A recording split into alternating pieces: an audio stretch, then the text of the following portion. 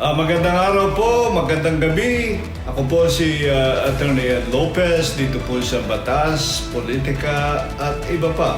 At ako naman si Attorney Bautista. Magandang oras mga kaibigan. Welcome sa isang episode na naman natin kung saan pinag-uusapan ang mga mainit na issues sa batas, politika at iba pa sa US at sa Pilipinas. Jun, pag-uusapan natin ngayon yung dual citizenship at saka yung authentication of documents. Okay. So ngayon, talakayin natin itong dual citizenship issue. Jun, ano ba itong dual citizenship na ito? Well, yung dual citizenship, ito ay isang kondisyon kung saan ang isang tao ay citizen or national ng dalawang bansa because of the concurrent application of the laws of these two countries. Halimbawa, ang isang tao ay US citizen and Filipino citizen at the same time. Maraming mga Filipinos na dito sa Amerika ngayon. Ang estimate ata nung huling census, there's about 4 million or 5 million Filipinos na nandito, karamihan doon, mga US citizen na. Ngayon, gusto nilang maka-acquire uli ng Filipino citizenship. Okay. So, paliwanag mo kung ano itong dual citizenship nito. Well, that is now possible.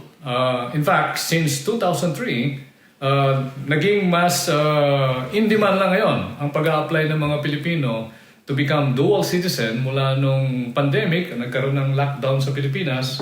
Alam mo naman, ni-require ni President Duterte, patakaran nila, kung dual citizen ka, pwede kang makapasok. Kung hindi ka, hindi ka pwede makapasok. Okay. So, but anyway, since 2003, ipinasa yung tinatawag nilang dual citizenship law.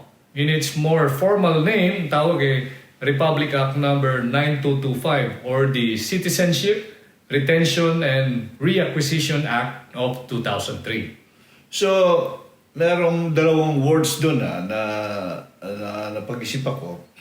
Yung retention tsaka yung Reacquisition.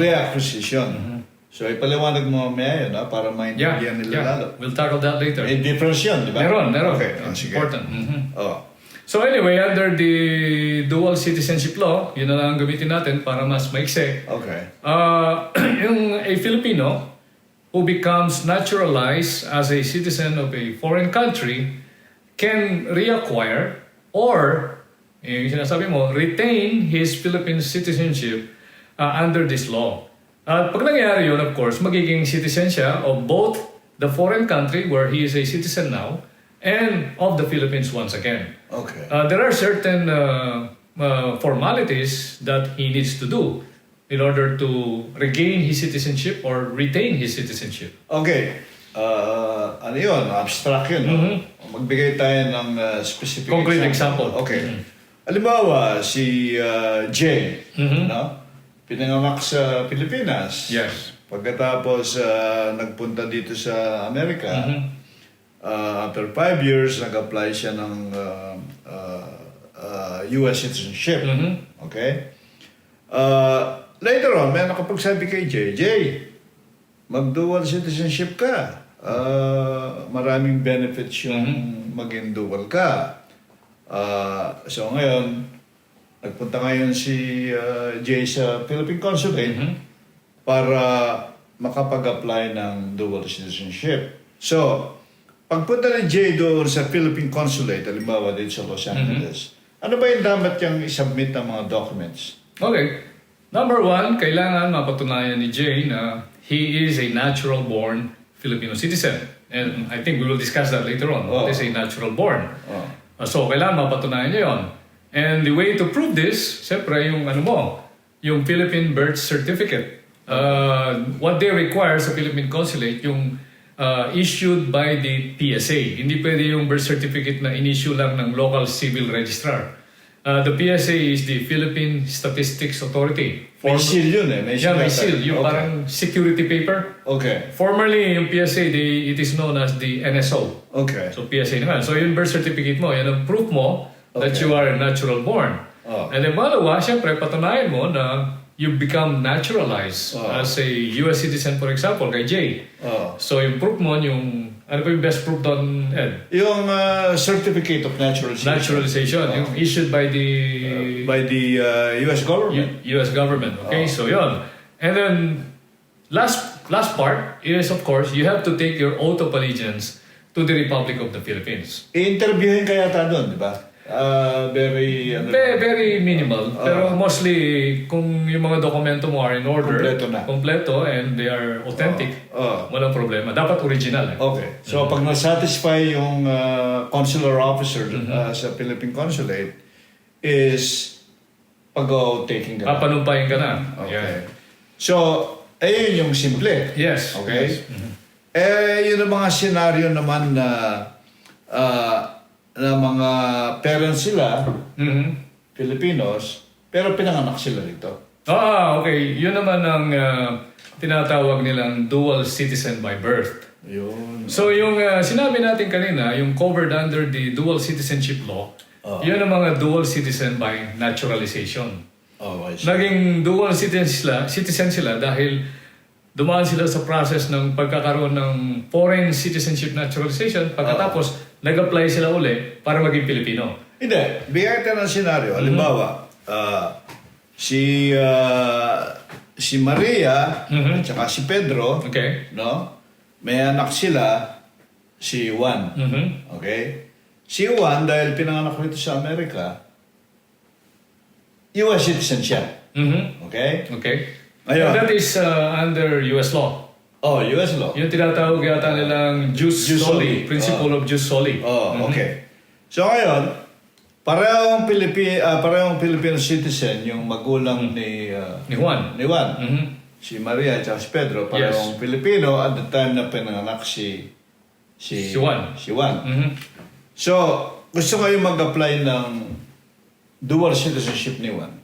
So in that case, Ed, hindi na siya kailangan mag-apply dual citizen under the dual citizenship law. Okay. Kasi hindi applicable sa kanya. Kasi based on the example that you gave, one is considered a dual citizen by birth.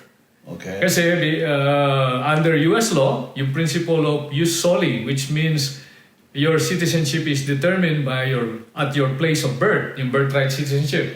And then at the same time, since yung parents niya, mga Filipino citizen, mag-a-apply yung Philippine principle of citizenship, ano tinatawag nilang jus sanguinis. Okay. That you become a citizen at birth depende sa nationality ng parents mo. Okay. So since ang parents ni Juan are Filipinos, under the principle of jus sanguinis, Filipino din siya. Ayun. So he is a Filipino under Philippine law, and he is a US citizen under US law. So, kung si Juan mag-a-apply ng Philippine passport, bibigyan mo siya? Yes, bibigyan siya. But syempre, kailangan i-recognize muna yung pagiging Filipino citizen niya. And the way to do this is mag-file siya ng report of birth sa Philippine Consulate. Kasi in that example that you gave, so pinanganak sa US si Juan, syempre bigyan siya ng birth certificate sa US city or US state kung saan siya pinanganak, halimbawa California. Pero anong ebidensya na Pilipino din siya?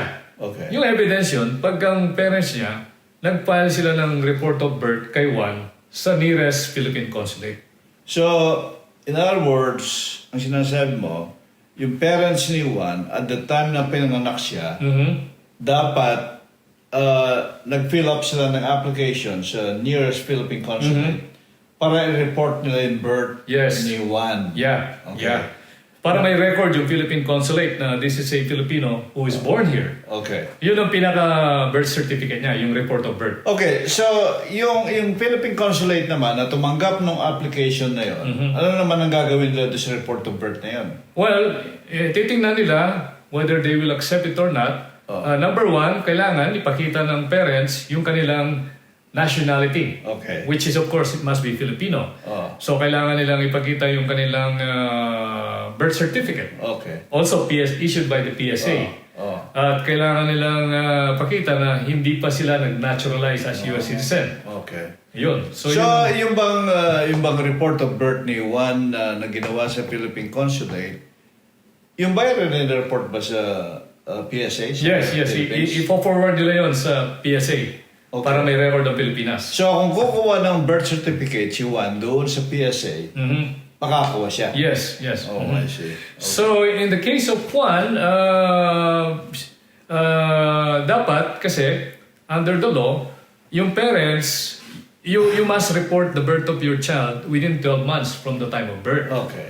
So, I think marami tayong kababayan na ganyan na sitwasyon dito whether tourist lang sila dito, tapos biglang pinanganak. Or ano pa lang sila, green card. Hindi pa sila US citizen. Tapos nagkaanak sila. Dapat i-report ninyo yung birth ng anak ninyo para maging siyang natural born Filipino rin. I see. Para ma-record ang pagiging natural Kung born. halimbawa naman, Attorney June, kung let's say pagkapanganak ng bata dito, gaya ni Juan, hindi rin report ng magulang. Pagkatapos 10 years later pa lang gagawin. Pwede ba yan? Yes, which is our common experience. Marami tayong mga kliyente na lumalapit na lately na lang nila ginagawa yun. When they realize na dual citizen by birth pala yung anak nila, kaya lang hindi ni-report yung birth. Ayun. Like for example, yung clients natin mga soccer players. Yung natulungan natin na sumali sa Team Malditas, yung Philippine Women's Soccer team. Ganun ang sitwasyon nila. So, pwede silang mag-file ng tinatawag nilang delayed report of birth. Ayun. June, bago tayo magpatuloy, mag-break muna tayo. Yes.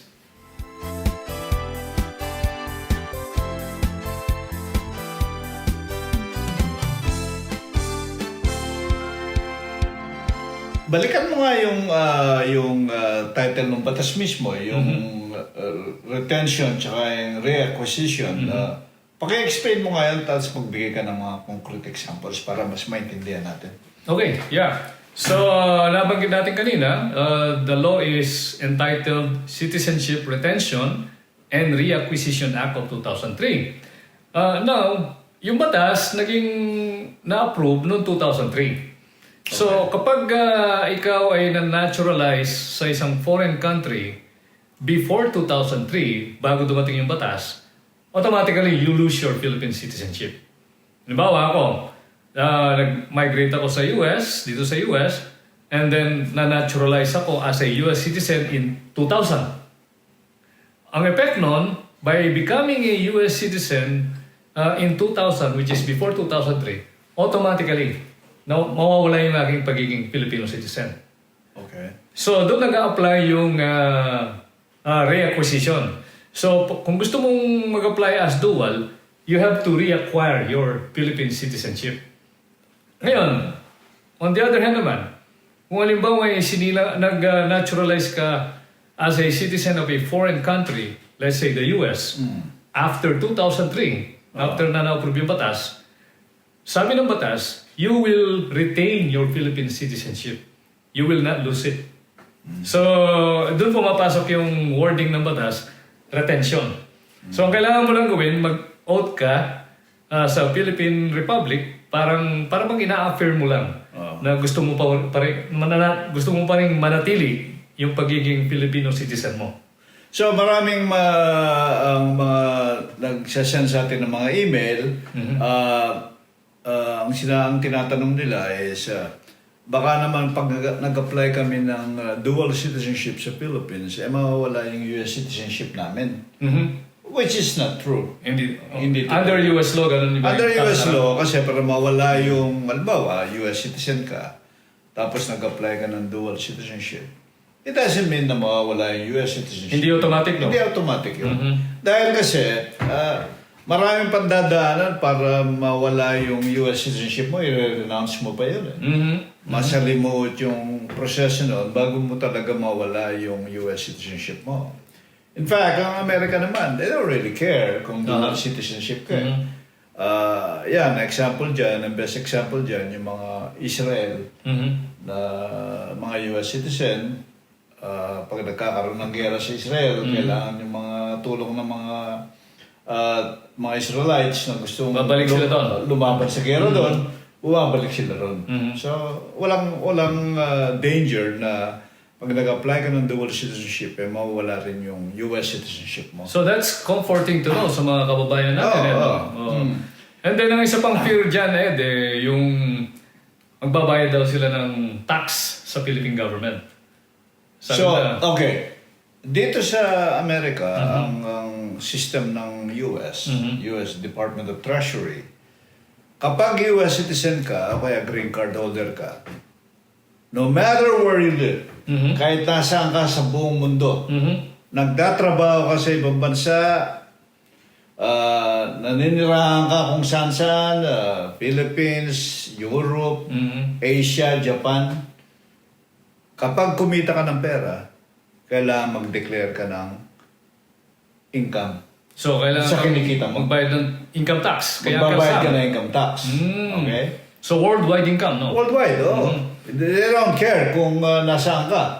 Basta kumikita ka sa ibang bansa, ang US Department of Treasury, i-require ka magbayad ng income tax. Sa Philippines ba, ganun? Matindi talaga si Uncle Sam. Okay, yung to address that issue, dahil may mga nakakausap akong mga kaibigan sa ayaw nila mag-dual, dahil nga natatakot sila. Nagbabayad na sila ng income tax sa US, magbabayad pa sila ng income tax sa Pilipinas, which is not true at all. Kasi may yung isang batas sa Pilipinas, yung tinatawag na tax reform law. I just cannot remember the year when it was passed. But under the tax reform law, yung mga overseas Filipino worker, OFW, at saka yung mga overseas Filipinos, so tayo, consider tayo overseas Filipinos, yung income natin outside of the Philippines, hindi taxable. Yeah. Hindi tayo kailangan magbayad ng tax sa Philippine government. Maganda yung system na dyan. Yes, so ako, mag-dual citizen ako, hindi ko kailangan mag-declare ng mga income ko dito sa BIR. Hindi ako kailangan magbayad ng tax sa BIR. Kaya, kahit na dual citizen ka? Yes.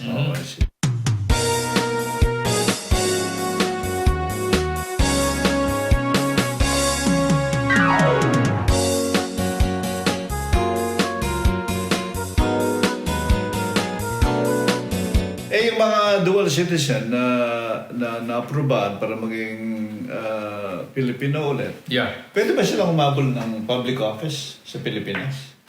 Yes, pwede silang humabol pero may qualification. Kasi of course, dahil naging na-reacquire mo na o na-retain mo yung Philippine citizenship mo, then you can of course enjoy your full civil and political rights. And one of these political rights is right to seek public office. Pero siyempre, you have to comply with residency requirement. Kailangan, like for example, if you're running for president, I think you must have been a resident of the Philippines for 10 years at the time of filing certificate of candidacy.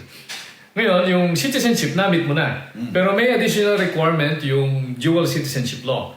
One is, you must renounce your foreign citizenship at the time of filing your certificate of candidacy. Bago tayo magpatuloy, Jun, mag-break muna tayo. Pag-usapan naman natin yung authentication of documents. Okay?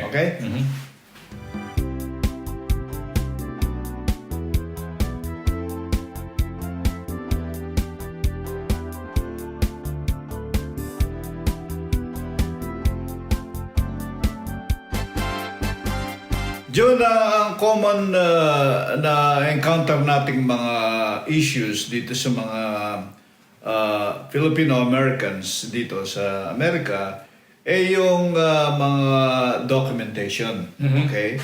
Karamihan, nagpapagawa sila ng mga special power of attorney. Okay. No? Binibigyan nilang power yung mga kamag-anak nila, kaibigan nila, o sino man doon sa Philippines. Pagkatapos, sabi nila, kailangan daw ma-authenticate to o ma-red ribbon doon sa Philippine Consulate. Yeah. Ngayon, ang hindi alam ng karamihan nating mga kababayan, hindi na sila nagre-red ribbon po ngayon sa Philippine Consulate. Ngayon, ang procedure na ginagamit yung tinatawag na Apostille Authentication. Ano ba ang ibig sabihin nun, Jun? Bago ko sabihin yan, naalala ko lang, sabi sa akin ng isang paralegal natin, Sir, ayaw i-authenticate, ayaw red ribbon ng Philippine Consulate. Kailangan daw apostille. Okay. Oh, anyway, apostille is just a fancy term for the word authentication. Okay. Nung 2019, ang ating bansa, ang Pilipinas, nag-member siya sa tinatawag nilang Apostille Convention. Okay. America is already a member of the Apostille Convention. Pero yung Pilipinas, naging member lang nung 2019. Okay. So under the Apostille Convention, they did away. Hindi na kailangan yung pa-red ribbon mo sa Philippine Consulate ang halimbawa SPA na kailangan mo ipadala sa Pilipinas. Okay, mga karamihan, mga deed of sale, Yes, mga lupa. deed of sale, yeah. Kailangan lamang ngayon ma-authenticate or ma-apostille yung dokumento pagkatapos na notarize by a local notary. Kailangan mo dalhin sa Secretary of State. Okay. If you are in California, Secretary of State of California or any other state, kailangan ma-apostille. Basically, yung apostille, sinasabi lang ng Secretary of State na sinecertify yung notary public na nagnotaryo sa SPA or deed of sale, duly licensed to notarize document here in California, for example, para tanggapin ng Philippine government ang dokumentong yon. Kasi po, yung pong mga documents na yun, yung SPA o kaya yung mga deed of sale, kung manggagaling po dito sa Amerika, gagamitin sa Pilipinas, that is considered a foreign document doon sa Philippines. Ngayon, yung mga government offices doon, yung mga public officials doon, gusto nilang masigurado na yung document na pinipresenta sa kanya is authentic. Yes. Na yung pumirma doon sa document na yun ay talagang yung taong yun. Yes. And that is verified by the notary public who signed the document and put the stamp on the document. And So then in turn, yung notary public signature naman is verified by the Secretary of State. Ngayon, ang kabaliktaran naman doon, dati-dati po ang ginagawa is kung ang document magagaling sa Philippines, pina-authenticate naman sa US Consular Office doon sa Rojas Boulevard. Pipresenta yung document doon sa Philippine Consulate, US Consulate, pagkatapos haharap sa Consular Officer, pipirma doon sa harap ng Consular Officer, pagkatapos ilalagay yung stamp. So yun, nandyan pa ba yun? Wala na. Wala na rin? Wala na. So ngayon, meron ding sariling procedure sa Philippines ngayon kung paano na-apostille yung document. Explain mo nga, Jun, kung paano yun. So number one, kung ano man yun, legal document na kailangang manotaryo, like special power of attorney, affidavit, deed of sale, or contract, manotaryo muna.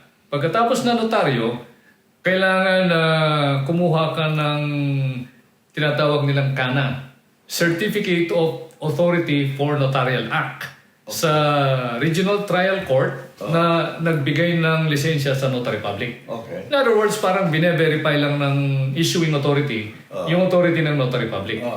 And then you can bring that to the Department of Foreign Affairs para sila naman ang mag-authenticate sa authority naman ng judge. So yung opisina ng Department of Foreign Affairs, sila yung maglalagay ng stamp nila doon sa document. Pagkatapos yun, pwede nang padala rito, pwede nang gamitin dito. Yes. Oh, I see. Yeah, can you explain bakit ginawa ng Philippine government yung Apostille Convention? Ano ba ang benefit nun? Well, ang benefit ng Apostille Convention is parang masigurado lang na genuine yung mga documents na pinipresenta dito sa Amerika o kaya yung mga documents na nanggagaling dito sa Amerika na pinipresenta naman sa Philippines. In terms of convenience, meron bang convenience yun sa ating mga kababayan? May convenience dahil kasi dati-dati pupunta ka pa sa Philippine Consulate no, para red ribbon mo. So kung halimbawa, hindi naman every state kasi dito sa Amerika mayroong Philippine Consular Office. So kung halimbawa, nasa Nevada ka, walang Philippine Consular Office in Nevada, pupunta ka pa sa California. You have to travel sa Los Angeles, O kaya kung nandun ka sa Texas. Sa Los Angeles, Hindi, Arizona pala. Arizona. Kung nasa Arizona ka, pupunta ka pa ng Los Angeles. Tapos sa Chicago ata, wala naman sila ron. Pupunta ka pa ng New York ata. Sa Apostille, kailangan mo pumunta personally sa Secretary of State? Ay, hindi na. Hindi na kailangan pumunta sa personal secretary. By mail lang. You just mail the document. Oo, padadala mo lang yun. Pagkatapos titignan lang ng Secretary of State yung pangalan ng Notary Public, kung talagang Notary Public na nakaregister sa state yun, ilalagay nila yung stamp nila. So that's very convenient sa ating kababayan. Okay. So, mga kababayan, kapag nagsasabi sa inyo na pumunta tayo sa Philippine Consulate para pa-red ribbon natin yung document, hindi na po nag-work yung ganong sistema. Lumang istorya na yun. Okay. So, magpatuloy tayo dyan. Pero pag-usapan naman natin yung Current events. magulo nangyayari ngayon sa Europe, sa Ukraine. We will discuss that when we come back. Okay, thank you.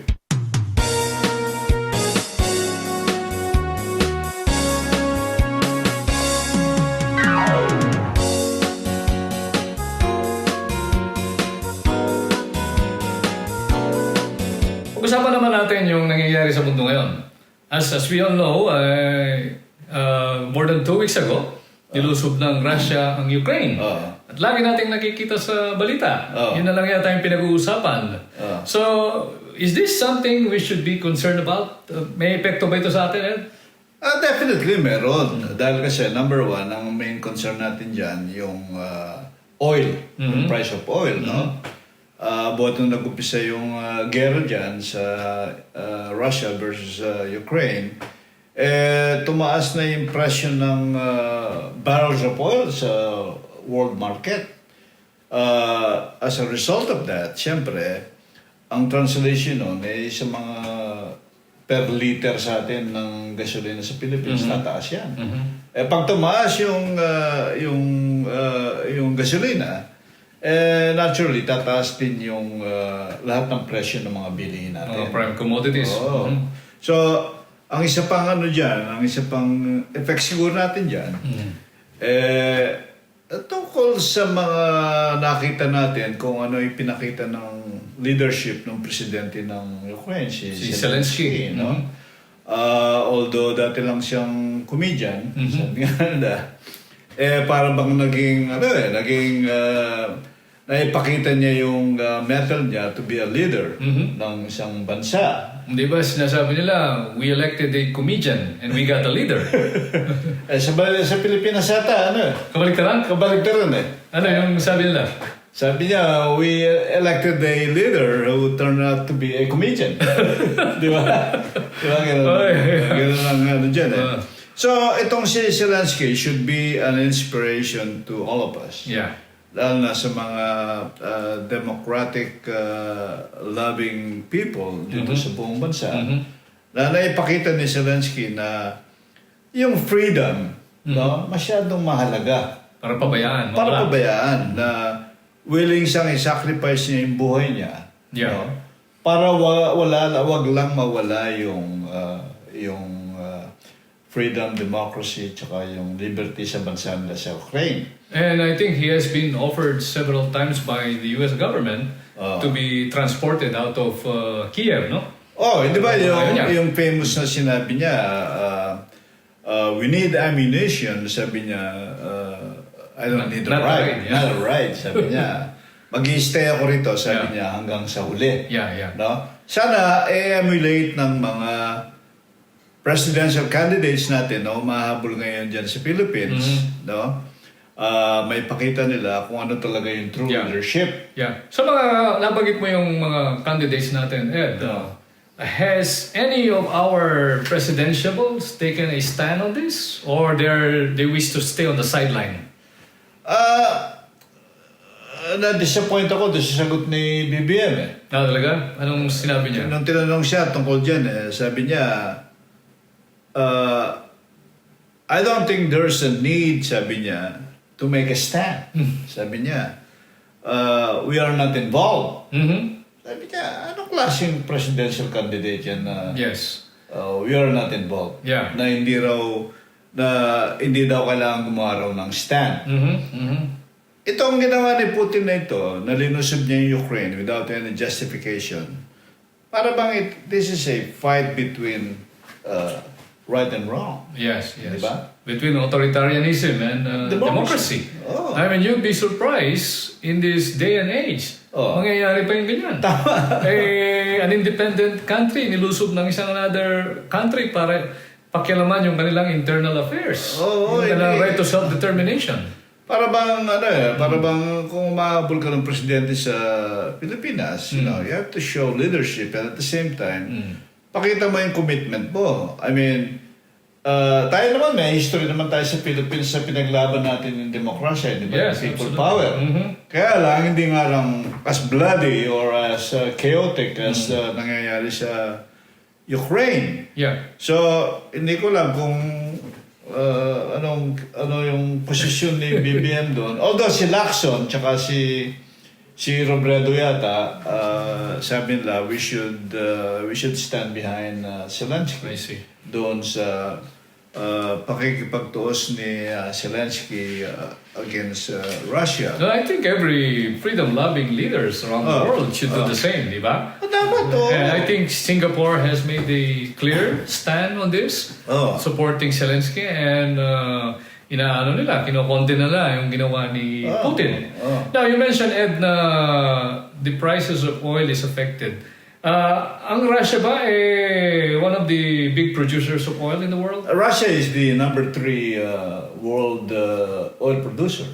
So kapag tinanggal niya yung naapektuhan yung flow ng oil na nanggagaling sa Russia, then siyempre tataas talaga yung price of oil kahit sa lahat ng corners ng mundo. Katulad ngayon, sinabi ni Biden kamakailan pa lamang na they will no longer import oil from Russia. Well, I think the US import about more or less 1% oil. Hindi 3%. naman, mga 8 to 10%. 8 to 10%? Okay. Maapektuhan yung US consumption, no? Pero 70% ng mga Amerikano, they support na kahit tumaas daw yung presyo ng per gallon, as long as we back Ukraine, okay lang sa kanila. Sacrifice, no? Sacrifice. Tingnan natin hanggang saan yun. Yeah. No? Pero, bilib ka kay Zelensky dahil kahit ang Russia has more soldiers, tsaka overpowering yung artillery nila, yung mga arms nila, si Zelensky wouldn't back down. They are putting up a strong resistance. Something that si Putin hindi niya inaakala. Kala niya, this will be a blitzkrieg. Tama. One fell swoop, susuko na ang Ukraine. Pero it's already more than 2 weeks. Hindi pa rin na capture yung Kiev. Alam mo, naalala ko yung tapang ni Zelensky dahil kasi bigla akong naalala yung presidente dyan hindi pa nagkakagera natakot na si China. Sabi niya, nung sinagasaan nung malaking Chinese vessel yung mga fishermen dyan sa West Philippine Sea. West Philippine Sea. Sabi, bandi ho kayo magreklamo. Naku, hindi natin kaya yung China. Yeah. Di ba? Kung magkakagera, hindi natin kaya yung China. Which is sad.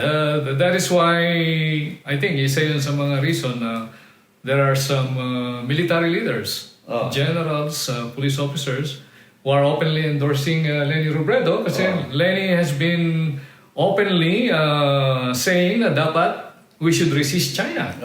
Notwithstanding yung size natin. Hindi naman para labanan sa gera, kundi politically, diplomatically. Pero yung kakilala mo presidente, diplomatically, politically, ayaw niya. Hindi, tsaka kanya yung nangyayari sa Ukraine yan.